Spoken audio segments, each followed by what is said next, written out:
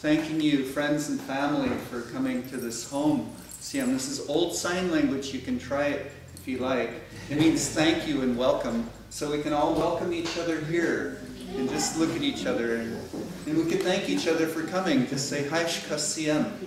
Haish Kasiem. Yeah, and that just means thank you, honorable one.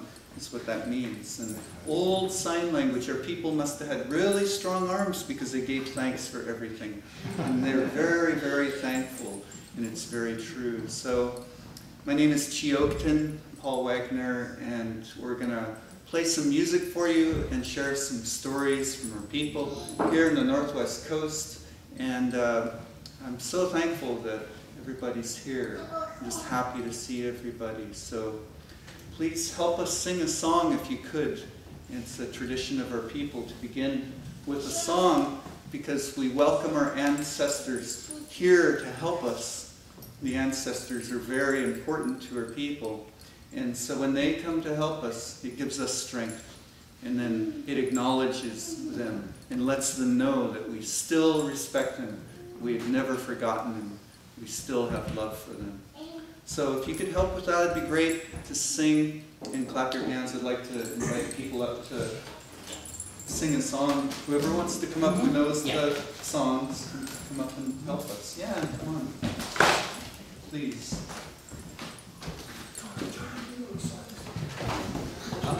Yeah. We're going to sing a potlatch song. Potlatch comes from the Chinook language, Peshel, which means to share. And it's a sharing song.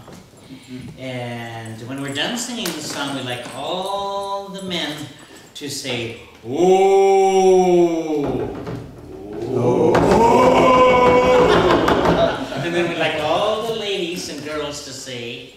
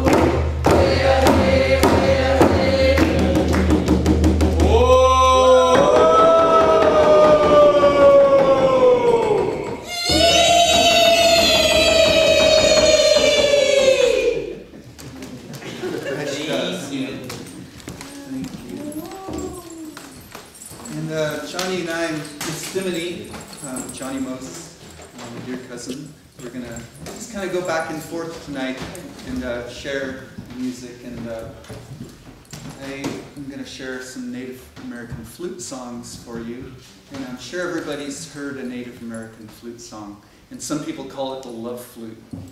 How many heard that? The love flute. And there's even a website you can go to, loveflute.com, and you can learn how to play the love flute. And so I don't play the love flute. I usually just play the Native American flute. But we're going to go ahead and leave that for other people to do.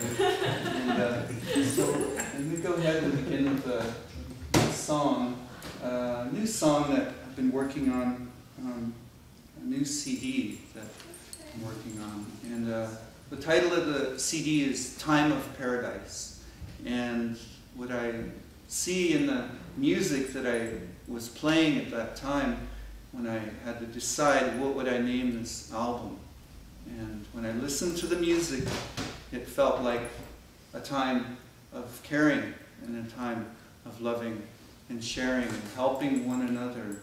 A time when it was peaceful and quiet, and there was a silence that you could feel in your heart when you went to the water, when you went to the beach, when you went to the forest. You could understand the gifts that Sithaltziam, the Great Spirit, had given Huilnuk, the native people, this land. And even the name for the land I find beautiful, Hachatungo. You could say that, you have to be able to make some interesting sounds though. Ha-ha. Can you say ha-ha? Yeah, that was really pretty good. And tungo. Can you say that? And then it has breath. We have one of our sounds in our language is, can you try it like you're blowing out a candle? You can try that. Yeah, so ha-ha, tungo. And it just has a breath at the end. And that translates to Sacred Mother Earth. Or the best translation that my teacher shared with me for Tungo is the wish of the Creator, the Creator's wish for the people. And I find that so poignant and so poetic that we're literally living upon and in a wish. It's from the divine.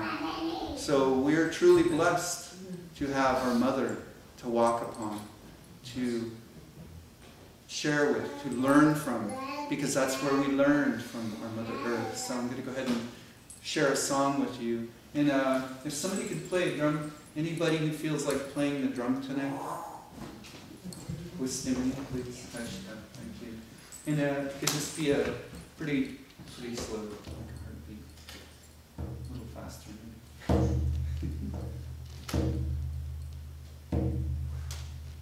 That's good.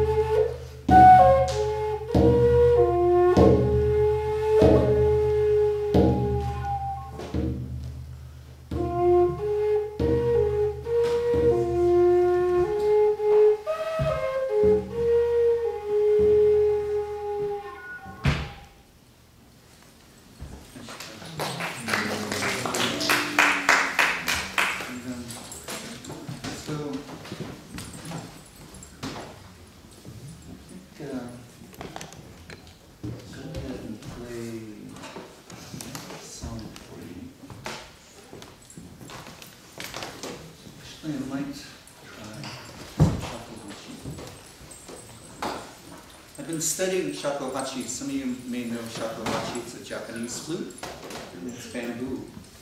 And I really, really love the sound of the shakuhachi. It's very similar to Native American flutes in the aspect of the rudimentary notes are the same as a native flute in the standard position. And so you've got a 5-note scale in the shakuhachi and the Native American flute. And the difference is that the shakuhachi you can see right through. And you have to create some difficult embouchure to play shakuhachi. And I'm going to go ahead and just play one song, and then I'll let Johnny tell some story. But it is a beautiful instrument, and when I do play it, I feel I feel the water. It feels like water and wind to me, the instrument. It's coming down rock and mountain. And I very much understand that spirit of the instrument, so I hope you can feel that too. Ashika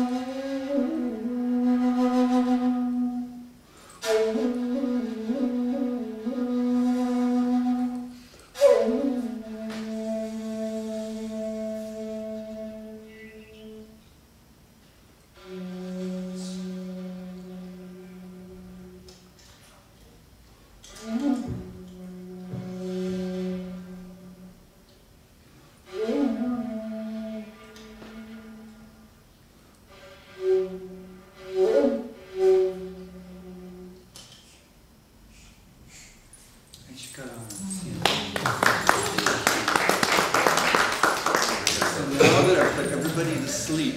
The meditative music, and then invite Stimi up here to wake you up. Thank you. Welcome Johnny Moses with Stimony.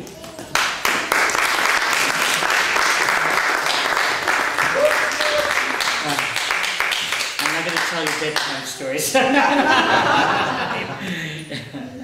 I'm very happy to be here, especially for the church here, and this fundraiser, and sending good energy for this church, and they're such a blessing here. My English name is Johnny Moses, and my native name is Wistimini. I'm enrolled in the Tulalip tribe, but I'm from many, many tribes.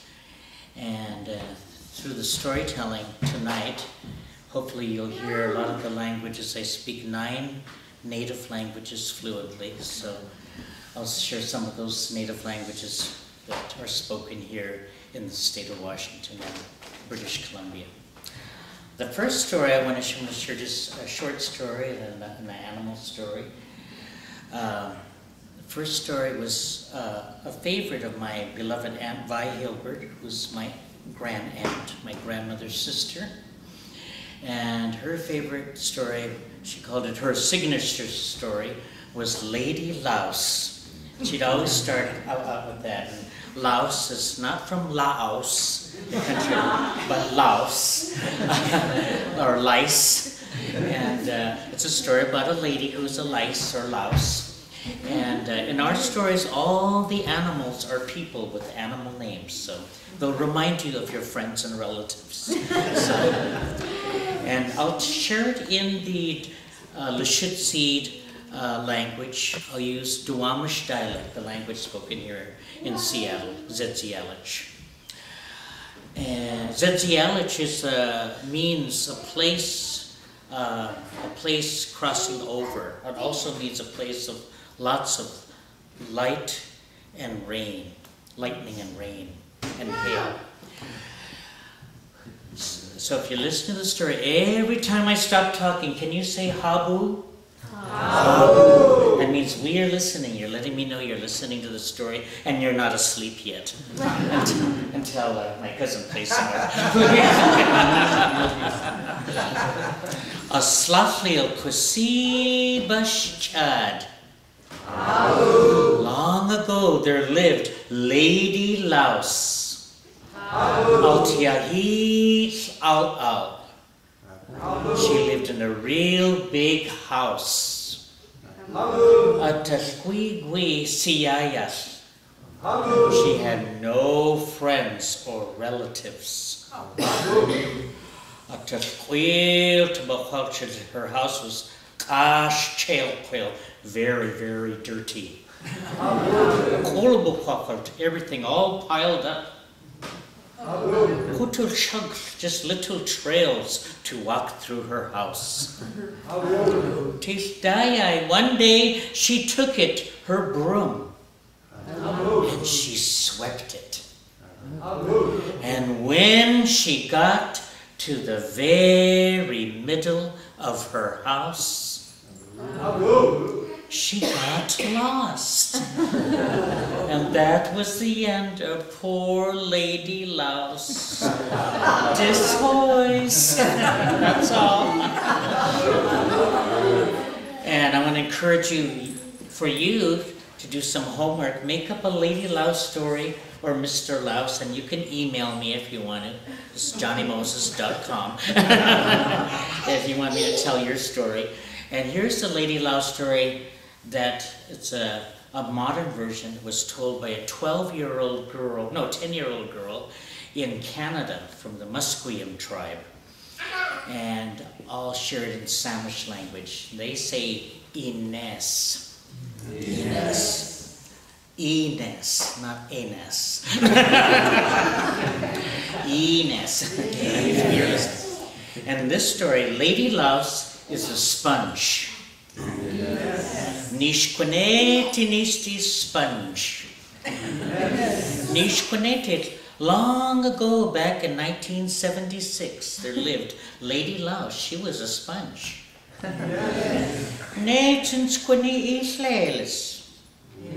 One day she got wet. and she became self-absorbed. And that was the end of poor Lady Louse. Okay, now you have an idea how to create Lady Louse or Mr. Louse story. I'll be waiting for your story. Now this story is an animal story, a favorite among our young people and elderly people, of the octopus and crow. If you're listening, this will be told in Nuu-chah-nulth, or the Nutkin language, Wakashkan language, also spoken in Nia Bay, the Makah people. Quitik-Chidad speak the same language as Nootka, just different dialect. They're called Quitik-Chidad. And can you say Eklel? Eklel. Or can you say Keklel? That's the Indian yuppie way of saying Eklel. This means we are listening. And at the very end, when I say that is all, can you say Shu? That means finish, Shu. And Nootka people say Chu. But it's the same, Shu. They say Shu, since we're in Washington.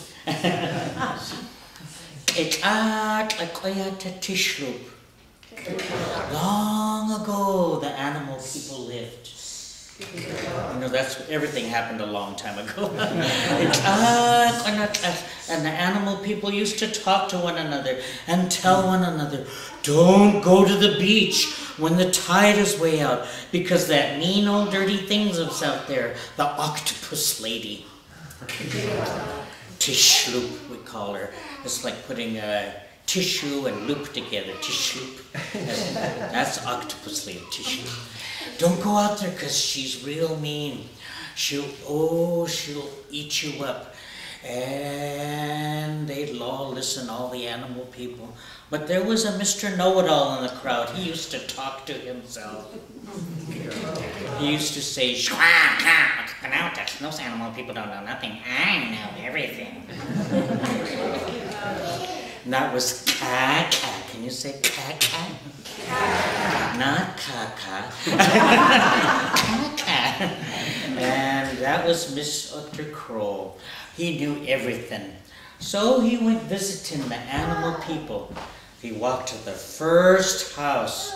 First long house was Cousin Mosquito Man's house. And Cousin Mosquito Man began to talk to Crow. And this is what Mosquito Man said to Crow. And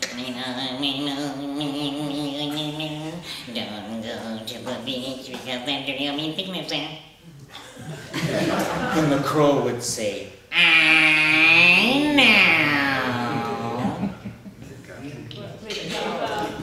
Then he'd go to the next house. You can learn some sign language. This is walking. Walk to the next house, this long house. It was Cousin Bear Man's long house. And Cousin Bear Man began to talk to Crow. And this is what Bear Man said to Crow.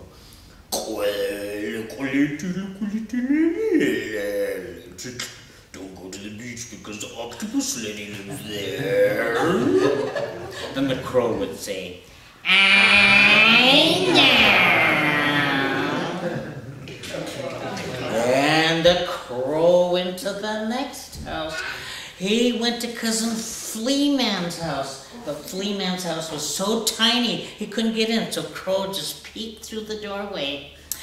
And Cousin Flea Man began to talk to Crow, and this is what Flea Man said to Crow.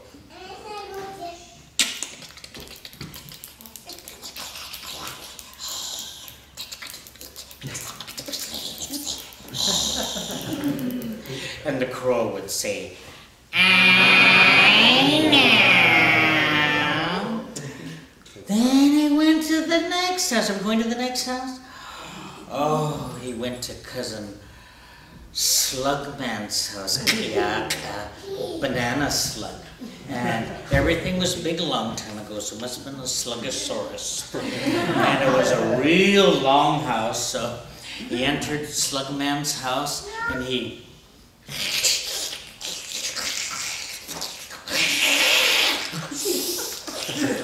slid in Slugman's fur because you see his fur was very shiny and slippery. And Slugman said to Crow,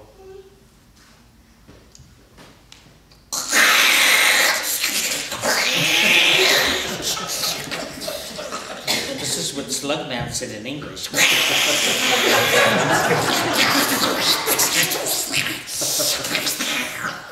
And Crow would say, wiping his face.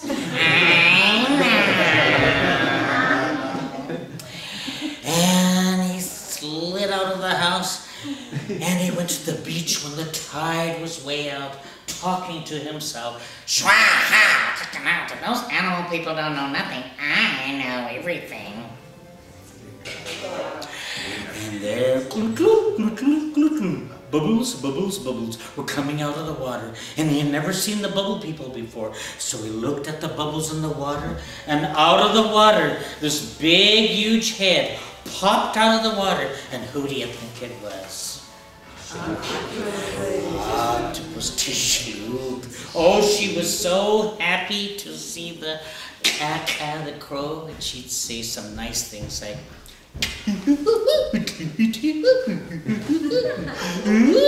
it's nice to see you.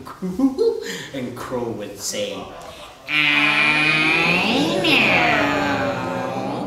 And she'd come a little bit closer. Why don't you come a little bit closer, Crow? And Crow would say, I know. And they got really close. And Octopus Lady would put her arm around Crow. Then another arm around Crow. And every time she put her arm around Crow, the water would rise a little bit higher. And she'd continue saying some nice things like, you are really handsome, Crow. And Crow would say, and the water would rise a little bit higher. She'd say some more nice things.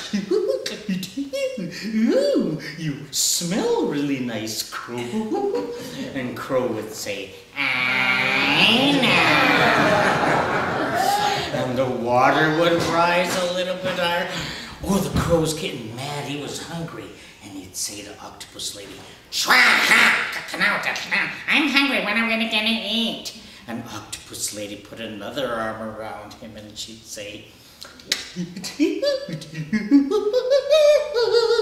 we're going to eat pretty soon. And Crow would say, I know. And the water rose a little bit higher. Crow was really mad and he said to Octopus Lady, I'm hungry right now. What's for dinner? And Octopus Lady put her last arm around Crow and she said, you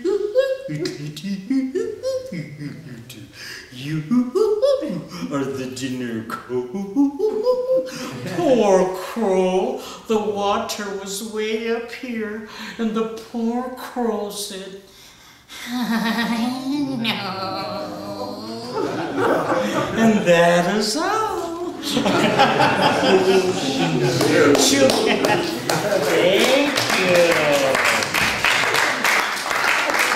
Our elders say that all of us know an octopus person or a crow person or a combination of both.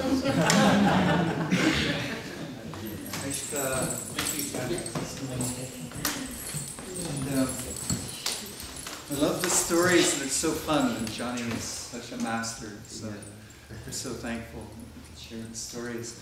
And I'm going to go ahead and play one flute song, and then I'll share a story.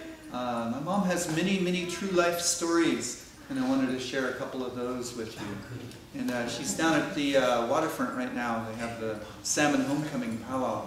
And she loves the powwow. So this is, it'll be one of the stories of her great travels off to the powwow. But as Johnny promised, I'll see if I can make you guys even more mellow than you are. And the song, could you say Kwa'anak? Can I hear it say Kwa'anak? It means my precious one. And that's what a mother would say to their child in endearment. Oh, my precious one, Kwa'anak.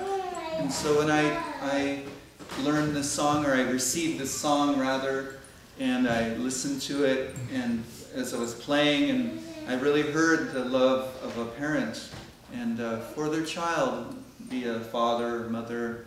And I was told that when a baby cries inside of a circle, the elders would raise their hands and they would thank the Spirit for that cry, because the cry of a baby is the voice of Sithel Siem, the Great Spirit, and they knew that that child was so close to Creator that they would actually thank the Spirit for that cry, because that's the cry and the voice of the Spirit.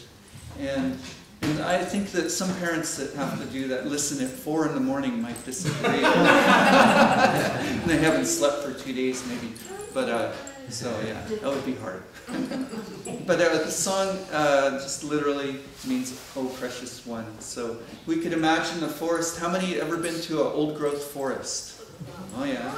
Yeah, big trees, yeah. Well, that's where the songs come from. Everything was rainforest here mostly, beach and rainforest and meadow. And so if we could imagine the forest together, we could be in that place of the divine, because that's where Spirit lives, in the forest, in those lands. We could be there together. Haishka Siem.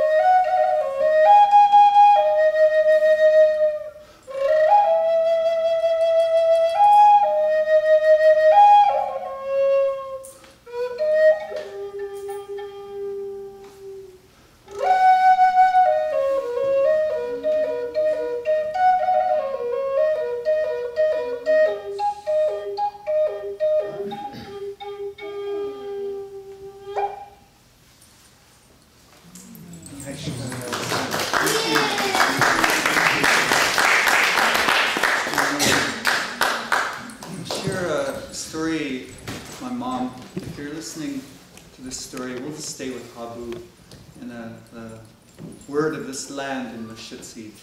And we're in Lushootseed speaking territory here in Ballard. So long ago, my mom was going powwow. She's been going powwowing forever. So it was a while back. Long ago, she went powwowing, and there she was going to go to Alberta. And so it was a long, long travel. She stopped at a relative's house, and there, when she was there, this person said, "Oh, make sure you don't let Handsome out. She had a little dog. It was a wiener dog, you know, a dachshund. And his name was Handsome. And she said, make sure you don't let Handsome get out in the road. He'll get hit by a car. So don't let Handsome outside. Please, please. Abu. Abu. And there my mom said, oh, don't worry. I'll be real careful. I won't let Handsome outside. And so sure enough, my mom, she goes to sleep and she gets up at about 5 in the morning. And she probably clanged hands around because it's an old tradition of her people to try and wake everybody up. Never let anybody sleep in. And so then after she did that, she went and she remembered, oh, my regalia. She forgot part of her regalia. And so she was still in her nightgown. And she thought, okay, I'll go out in the car. I better get it now. And so when she went outside, she opened the door, and sure enough, there Handsome squeezed his little body right through the door, and he bolted out towards the street. And there my mom, she was saying, oh no, and she started calling Handsome's name. Handsome! Handsome! Get out of the road, Handsome! Come back inside the house, Handsome! She was yelling way out in the street there. There, after the third time, she's yelling, Handsome! Get out of the street! Get back inside the house! Come inside the house, Handsome! And there she looked, and there was this man walking down the street. And there she said, the man looked up at her, and boy, he was real happy. She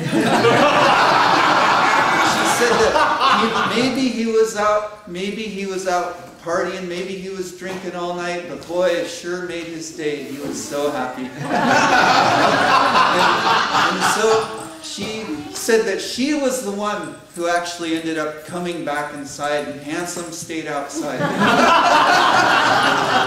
And that's her Handsome story. Thank you, she's got lots of fun stories. You know. I just love my mom. She's a good mom, you know. She raised us children and put up with all of us, and she's still out there dancing.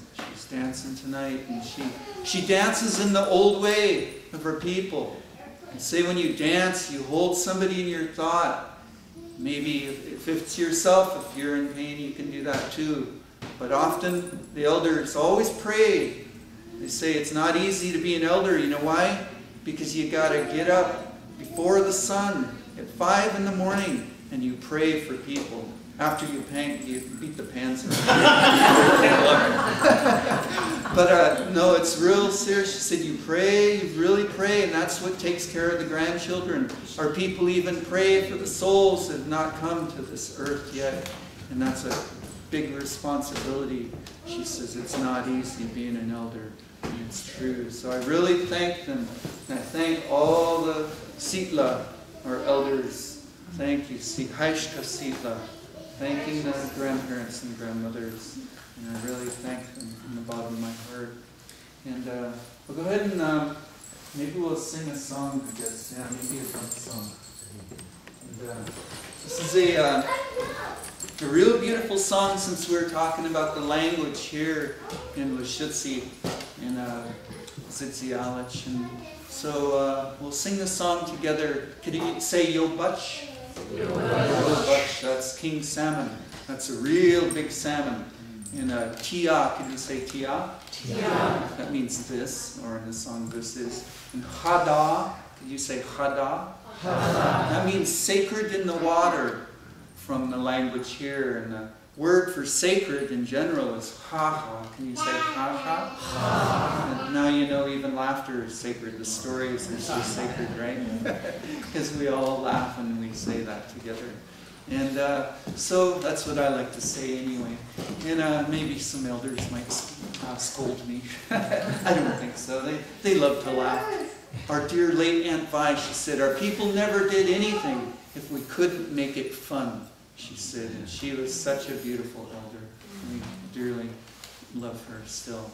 And so, Yobach Tia Chada. Could you say that together? Yobach Tia Chada. That means king salmon, this. is sacred. And we could all sing that together. Please clap your hands, join in to sing it however it comes out. There'll be vocables too.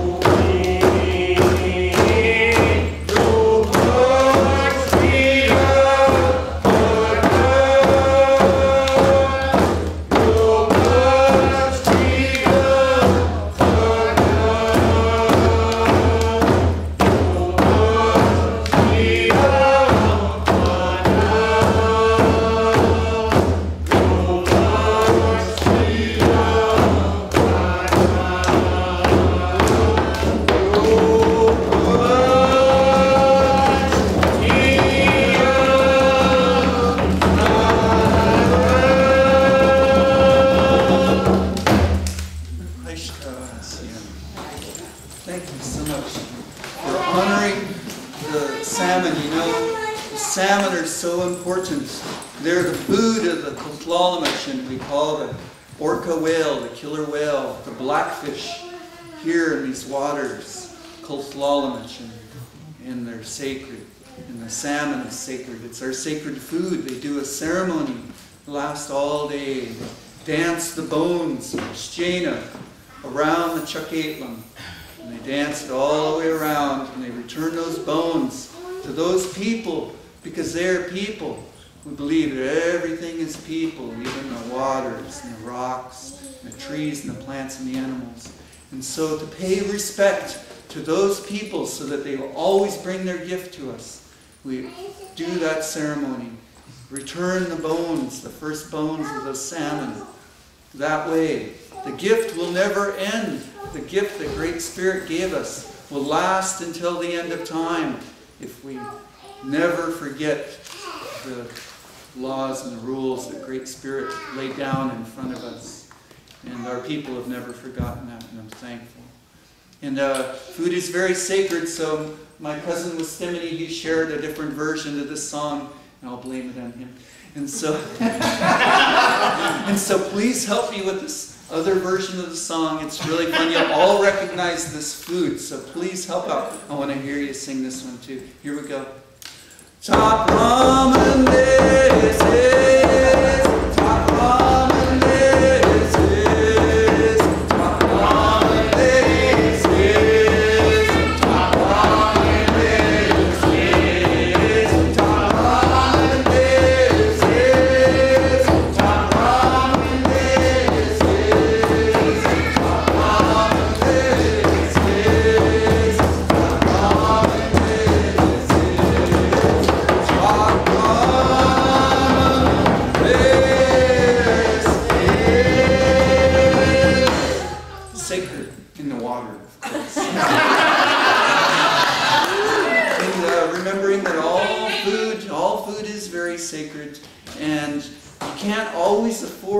Chinook, the salmon. Smoked salmon's very expensive now. And many of us maybe went to college and had to pay for many things, and we ate a lot of top ramen. I know I ate a lot of top ramen. I'm still processing the MSG, I think. And so there, if you have a little bit of salmon, you can put the salmon in the top ramen, and you can sing both versions of the song. And you know, they say you never sing the top ramen version as long. You know why? Because top ramen only takes 3 minutes or less. So I'm thankful for the songs. I'm thankful for each and every one of you, CM, Ms. Jelicha, for bringing your hearts to this home, to do the work, to help the church, to help one another. Because our elders would say that the greatest gift that you can give anybody is your presence. And you all brought your presence here. You're sharing your heart with us. And I thank you, CM, Ms. Jelicha, Aishka. Now, let Johnny. Thank you. Aishka children. This story I always dedicate to our young people. This was my favorite story when I was growing up as a child. I was fortunate to be raised by my grandparents. My grandmother and grandfather on my mother's side raised me. And they both lived to over 100 years old. My grandmother lived to 113, and my grandpa lived to 108. And my grandma still drove a car until she was 112 with no driver's license. She drove from the model to mansion living, and she's seeing all the changes. She lived when people just, the rivers and the ocean was the highway, and traveled by canoe, ocean canoe or the river canoes. And then the horses came, the stakeo, the horse and buggy. She traveled by horse and buggy with her parents. Then the Model T came, Model A, and they used to have wonderful times, lots of funny stories about that. But she drove all the way until 1980. And with her favorite car was a Chevrolet Impala that she used to drive. I'd like to share, but before I share that story in the end, I'm going to share this for the children, the young people. And how many of you have ever heard of a Sasquatch? Or Bigfoot, Yeti, or hairy man, or hairy woman, wild woman, as they call them. And our people call it Soyok. And that's called, we call it, here it's a matriarchal, matrilineal society. We had women warriors, women chiefs, and medicine women, and we also had the wild hairy woman. They live in Bellevue most of the And those of you who've never seen her before, I'll describe to you what she looks like. She grows to 11 feet tall, sometimes 12 feet tall, with high heels. She's hairy all over. She don't shave. She's real stinky and smelly. She doesn't take a bath. She's got dirt this thick around her body. And she has to breathe out of her mouth. You know why? Because she's got black petrified snot stuck in her nose. And that's why she has to breathe out of her mouth. And her arms are like this because she's got crusty skin balls underneath her armpits. And her toes are all spread out because she's got thick toe jams that spread her toes apart. And she has long toenails. And she looks for a young man to marry, and she just cuts their head off with her long toenail. That's why there wasn't very many men left back then. That's why it became a matriarchal society. But if you're listening to this story, this is also called the Boogie Woman, or the Basket Ogress. It's a favorite among our young people. And if you're listening, well, use the northern Lashutseed and Tulalip Snohomish people, and the people all the way from Mill Creek, Linwood, that area. they used to say hamokawich instead of abu. Can you say hamokawich? Hamokawich. That means we are listening. Long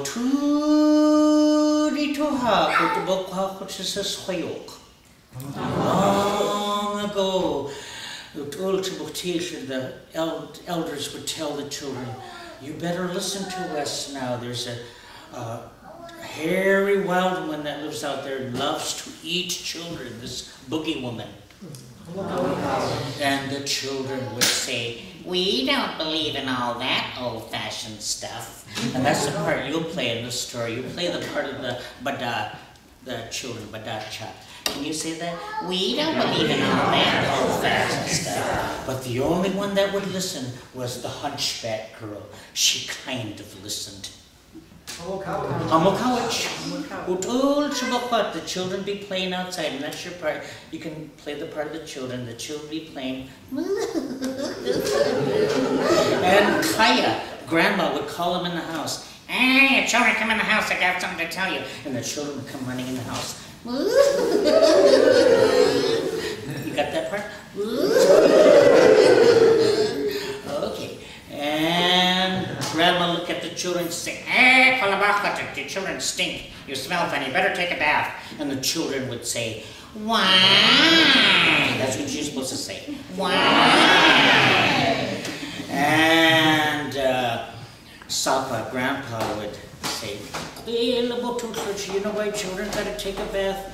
You know that boogie woman loves stinky, smelly children. When the wind blows a certain way, it carries a stinky smell all the way up to the big mountain. That's how she finds the children. She follows the stinky smell down the mountain.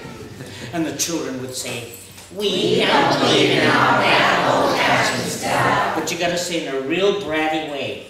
We don't believe in all that old-fashioned stuff. Oh, you've had some practice.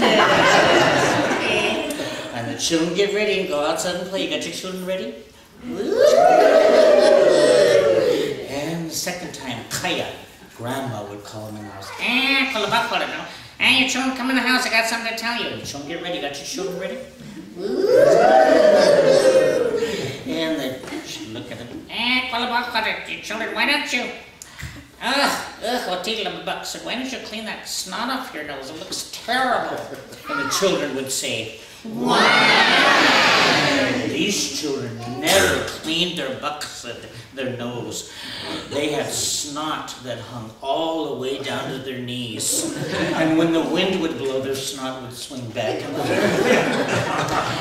And Sapa, grandpa, would explain why. He'd say, you know why you children gotta listen to us for change and clean that snot off your nose and chin that's hanging around swinging all back and forth?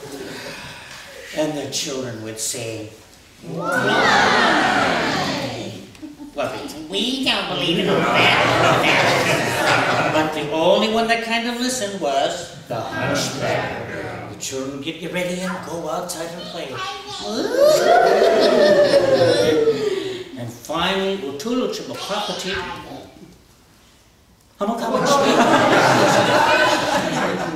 Granny would call them in the house. Hey, your children, come in the house. I got something to tell you. And the children get ready. Got your children ready?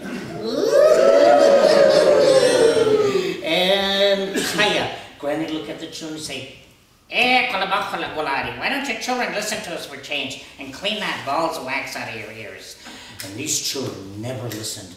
They never cleaned their ears, and they had balls of wax this big stuffed in their head. And Sapa would explain, he'd say, well, after the children would say, why? You know why your children gotta clean that balls of wax out of your ears? You know that boogie woman's got a big bucket mouth and big lips to wrap around your ears. And this is what she does to children who don't listen. She'll go right up to your ear and do this. She'll suck all the balls of wax in your brains out and you don't have to listen to us anymore. And the children would say, we don't believe in all that old-fashioned stuff. But the only one that kind of listened was the children would go outside and play. You got your children ready? And there's the children playing outside. The wind was a-blowing. Can we have some wind? And they carried the stinky smell of the children way up to the Tukuba, the big mountain. And the boogie woman could smell the children from many miles away. And she followed that stinky smell down the mountain. Ukulabuti. There she walked down the mountain and made the sound like the drum. She walked down the mountain, she breathed out of her mouth, and you know why. This is the way she breathed. You could breathe along with the boogie woman.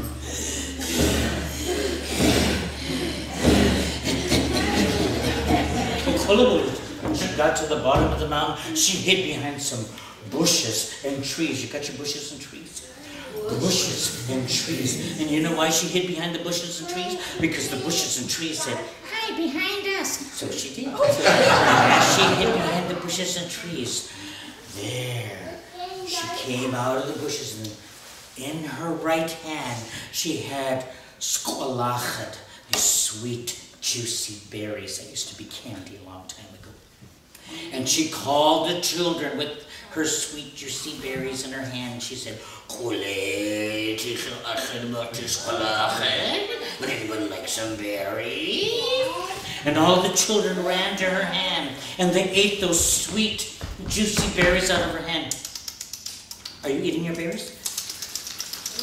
As she was eating her berries, on the other hand, she had this sticky stuff called pitch. And she took that pitch and she rubbed their faces and they couldn't see. She grabbed each child and threw them over her shoulder into the big, into the big bag. Into the big basket. Oh, and as she threw those children in the basket, you know what the children would say when they were being thrown in the basket? They'd say, what did they say? And she got him in that basket and she sang her supper song. And you can sing the supper song with the boogie woman. It goes like this. I'm gonna eat the little ones. I'm gonna eat the little ones. I'm gonna eat the little ones. I'm gonna eat the little ones. I'm gonna eat the little ones. I'm gonna eat the little ones. And as she was singing the supper song, the only one that was kind of smart was she was taking the pitch out of her eyes. She was taking the pitch out and she was climbing on top of the children. She was getting out, trying to get out of that basket, but it was very difficult because you know what that basket was made out of? It was made out of woven snakes. Yes, it was. Woven snakes. But she got out of that basket and she ran down the mountain back to the village to tell the people what happened. The boogeyman's got all the children, she's going to eat them. Some of the parents were concerned. So the big, strong warriors followed the hunchback girl up the mountain. Are we following the hunchback girl up the mountain? And when they got up there, they hid behind some bushes and trees. Where's your bushes and trees? Bushes and trees. And you know why they hid behind the bushes and trees? Because the bushes and trees said, "Hide behind us." So they did.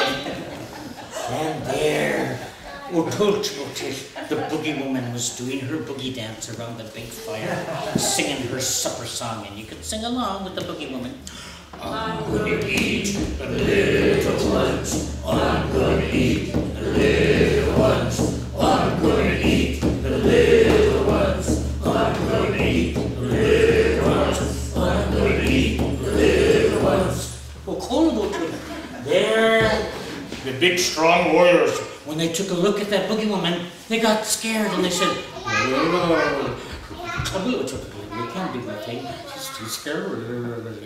And they got so scared, that hunchback girl got so mad, she looked at the big strong warriors and she said, "What's the matter with you? I thought you were supposed to be warriors." And she was so disgusted. And she got full of strength and she ran behind that boogie woman, that Soyok, and she pushed her in the big fire. How many of you eat popcorn? That's what happened to her. She popped all over the place just like popcorn, and those pieces turned into little birds. You got your birds, and they flew all over. And the blood was like fireworks that went all over the place. And those blood drops, they still live today, we call them the Shtabel, the grandchildren, but some people call them the mosquitoes because they love your blood. Well, the hunchback girls saved the children from being eaten up that day, and they all went back home, and they all kind of listened to their parents and grandparents. And that is all. I'm a couch.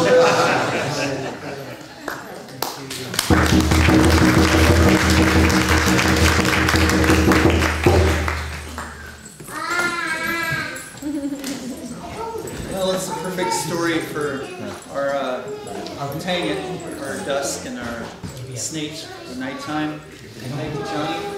And I'm going to go ahead and share a story, and then maybe just one song. And I'm going to share a story. How many ever ridden in an Indian car before? Well, there's some Indians here, so I know that.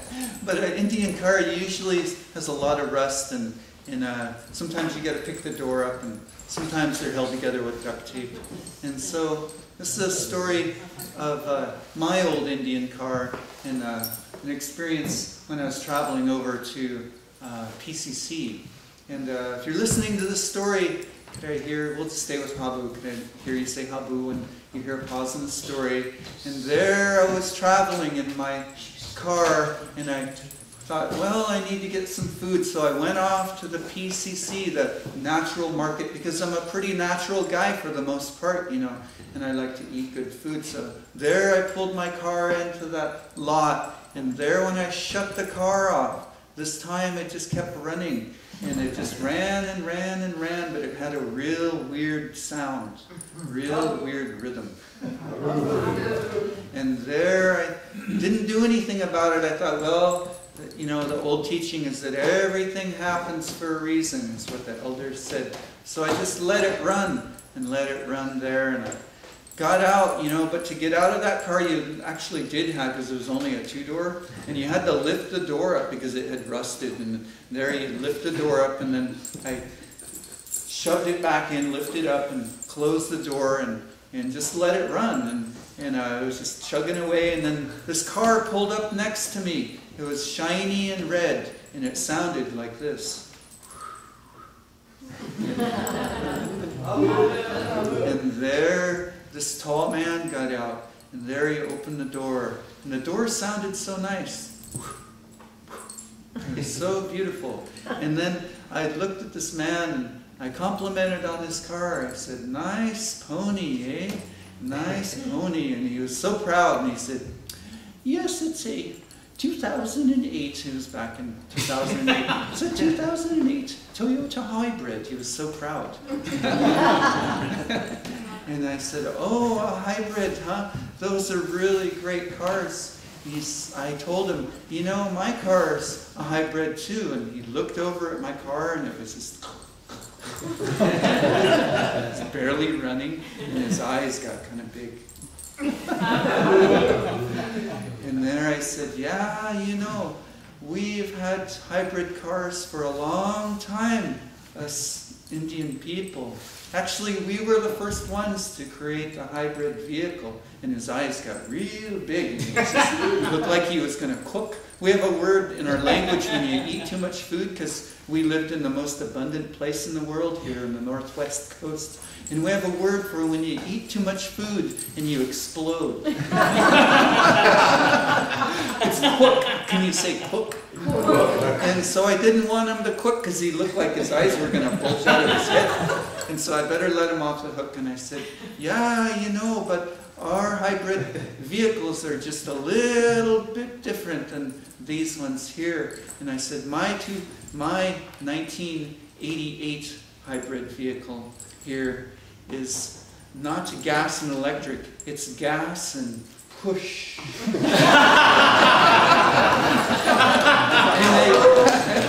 And they really do get good mileage. You know why? Because they mostly run on prayer, and they actually are more reliable because of the prayer work, and they're quiet when you're pushing it too. But I love my old cars. And I'm thankful for each and every one of us to come to this home. Haishka Siyam Nisjelacha. Thanking you. Nisjelacha is family and friends in my language, in Sanchatan, our language in Sanchatan. And I was thinking of singing a song, maybe. There's food for them Oh, too, yeah. so I don't know if they want to take a break. Yeah, look, People need a break. maybe we could take this. Welcome Village, starting back then, 50s and 60s. So that song's been sung all around the world. It's been sung by 6,000 Chinese children in their language. It's been sung everywhere. I taught that song in the Shoreline District to about 3,000 children.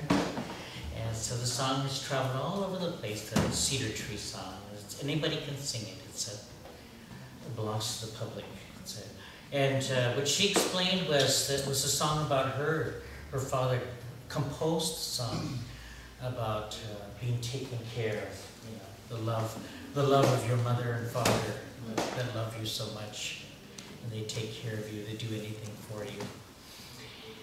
This song was given to us by, we're just killing time while they're, we should have told them we could brought the food up again. This song was given to by a dear sister who lives in Olympia. It's called The Song of the Heart. And it was out of sorrow. She was so sad. She just gave up.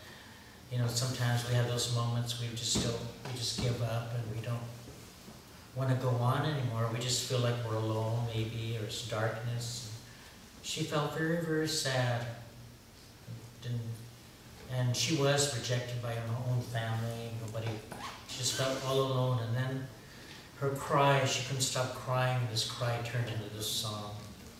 And out of sorrow and pain, the song healed her. It was a song of the heart. Her heart was healed. It was a song from her heart, the love in her heart. And it was love that helped her. And God's love. That when we're alone, God's always there for us. And sometimes we find God when we're all by ourselves and we're alone at times, in the hardest times. And so this is how she received the song. It turned into a beautiful song. We sing it to this day. It was given to us many years ago. Her sister Wally.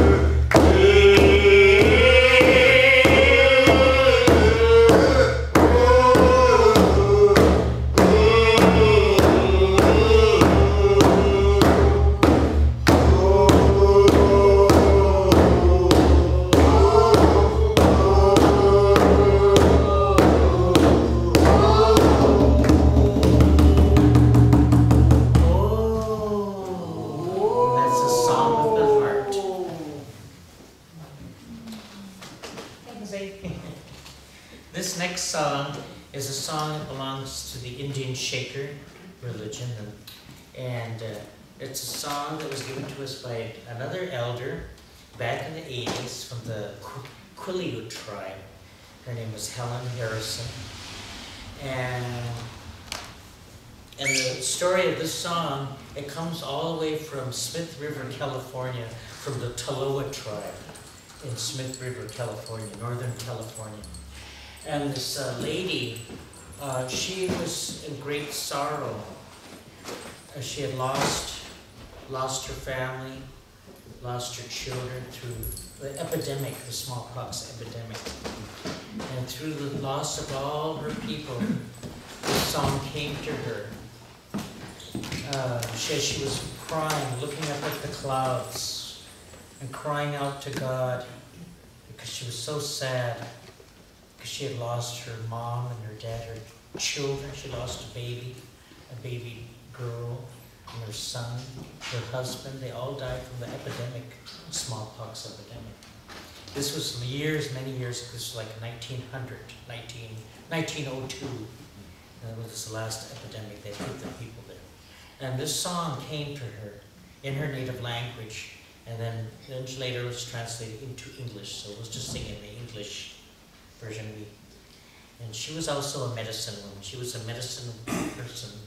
Indian Shakers are a mixture of shamanistic practices and Christianity. Brothers and sisters, I got a message from the Lord. I got a message from the Lord to love one another, to love one another. Brothers and sisters, I got a message from the Lord. I got a message from the Lord to love one another, to love one another. Brothers and sisters, I got a message from the Lord. I got a message from the Lord to love one another, to love one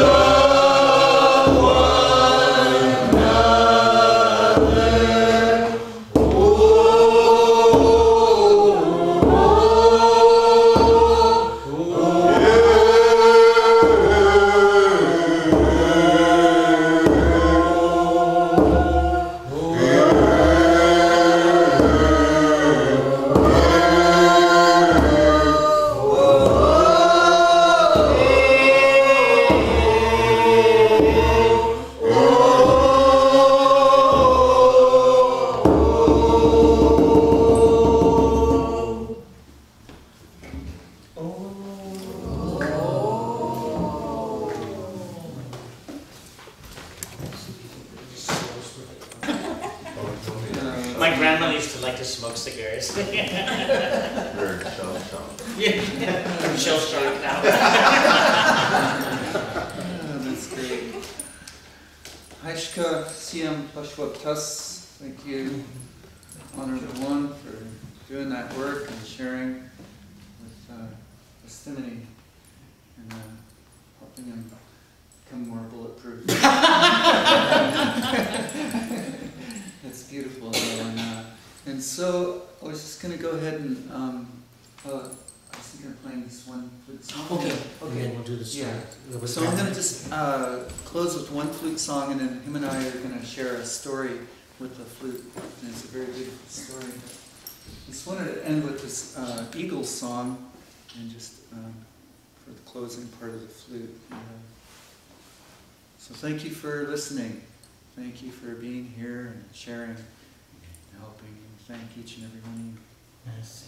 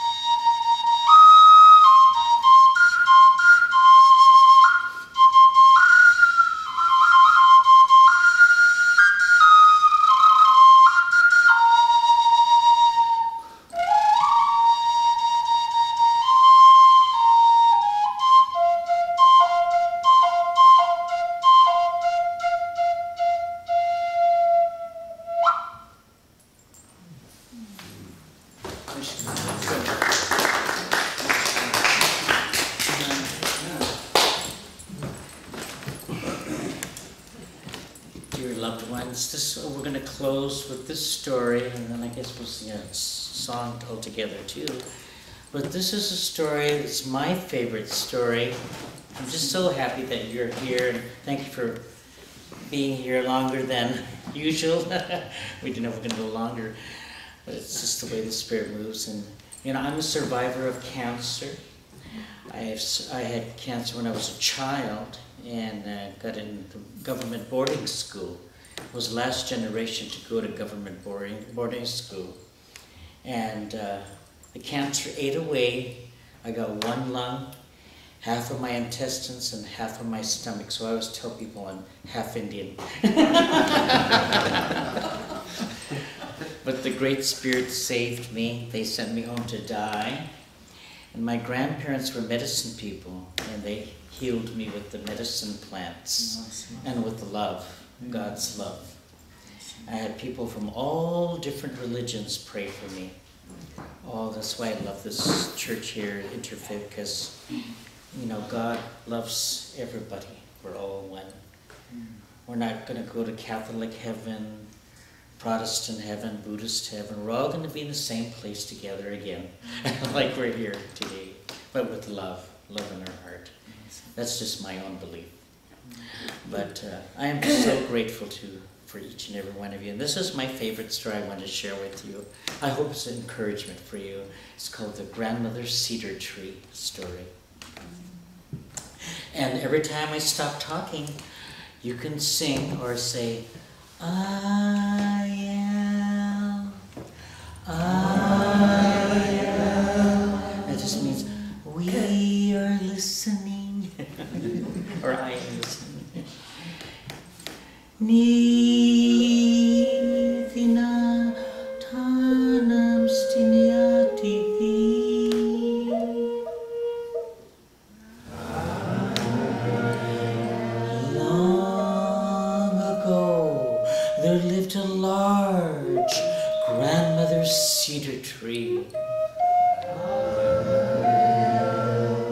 Nilam stini tinatu sila litkuni. She was very sad and lonely. She was filled with so much sorrow. She felt like she was drowning in her sorrow, in her tears. And every time I share this part, I'm reminded of Frida Kahlo. Have you ever heard of Frida Kahlo? She was a beautiful Mexican artist, but she was also a beautiful poet. And she had beautiful sayings, and one of my favorite sayings was that she used to say, "I drink to drown my sorrow, but the damn things have learned how to swim." Veni le mattina sti tu quetsitzel ciel.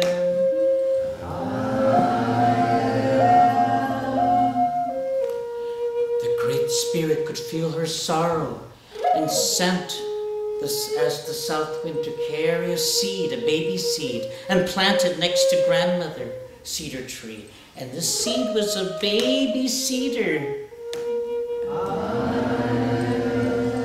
Venilam stiquiti huisna huisalatanantes. The seed began to grow, and she called it her grandson. Her tears of sorrow became tears of joy. It nourished the grandson, and he grew strong arms.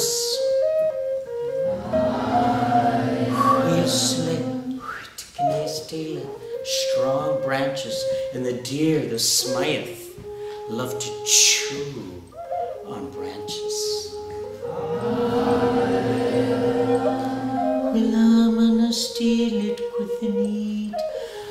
Grandmother would move her strong arms back and forth and scare the animals and the deer away.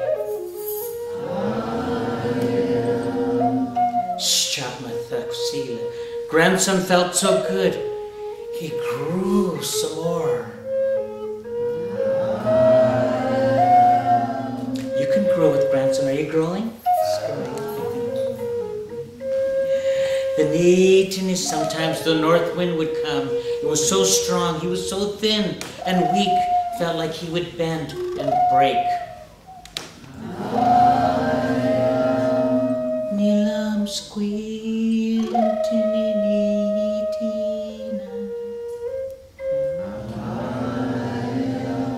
Grandmother would put her strong arms around her grandson and protect him from the strong north wind. He'd feel so good, he'd grow some more. Are you growing?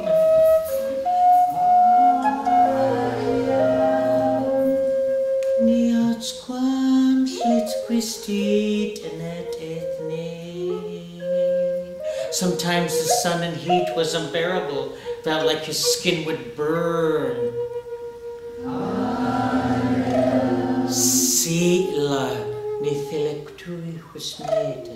Would put her arms over her grandson and give him shade.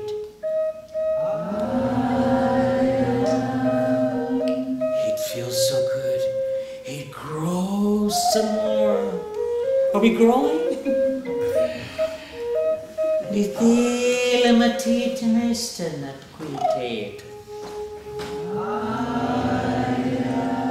Sometimes grandson felt sad and lonely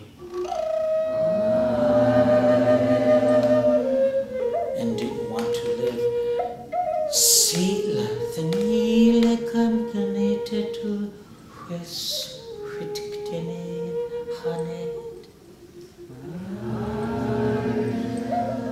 Grandmother could feel his sorrow and loneliness, so she sent her strong mind out to the forest land, and she called the birds of many kinds to come.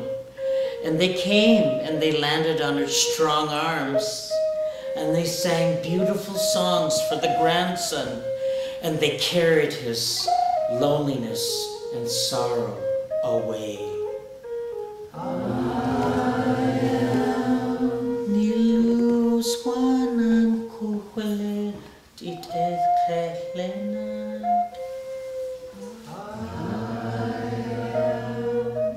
He'd feel so good. He'd grow some more.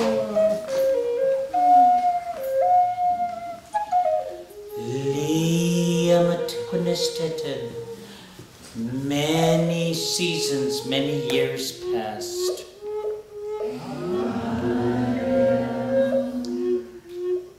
Sitla, grandmother, was tired of living. She was so tired and weak. Oh, my friends and relatives are gone. They're dead. I'm all alone. I'm so alone and I'm so weak. I can't even call the birds of the forest. And even if I could, my arms are so thin and weak, they couldn't hold the birds up. There's no use living anymore.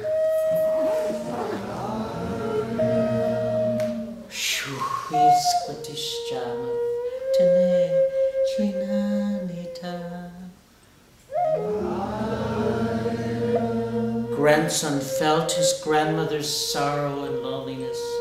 He said, "Grandmother, did you not use your strong arms and scared the deer away when they came and the animals?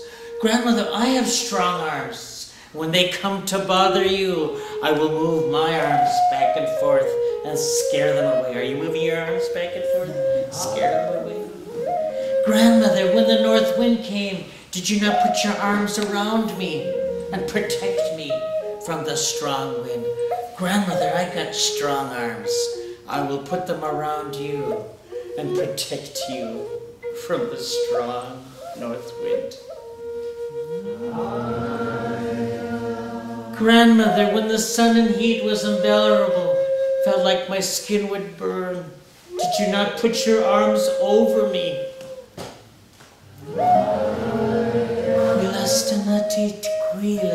Grandmother, I have strong arms. I will put them over you and give you shade.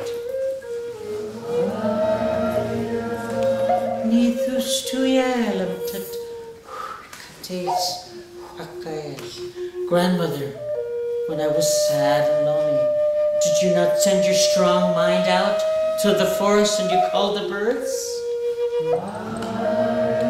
And they came. Grandmother, I have a strong mind. Do you have a strong mind? I will send my strong mind out to the forest land and I will call the birds of many kinds. And they will come and they will land on my strong arms. Are they landing on your strong arms? And they will sing for you and carry your loneliness and sorrow away.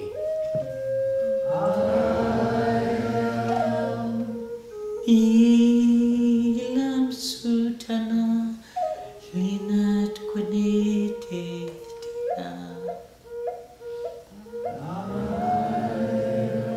Grandmother, you took care of me. Now I will take care of you.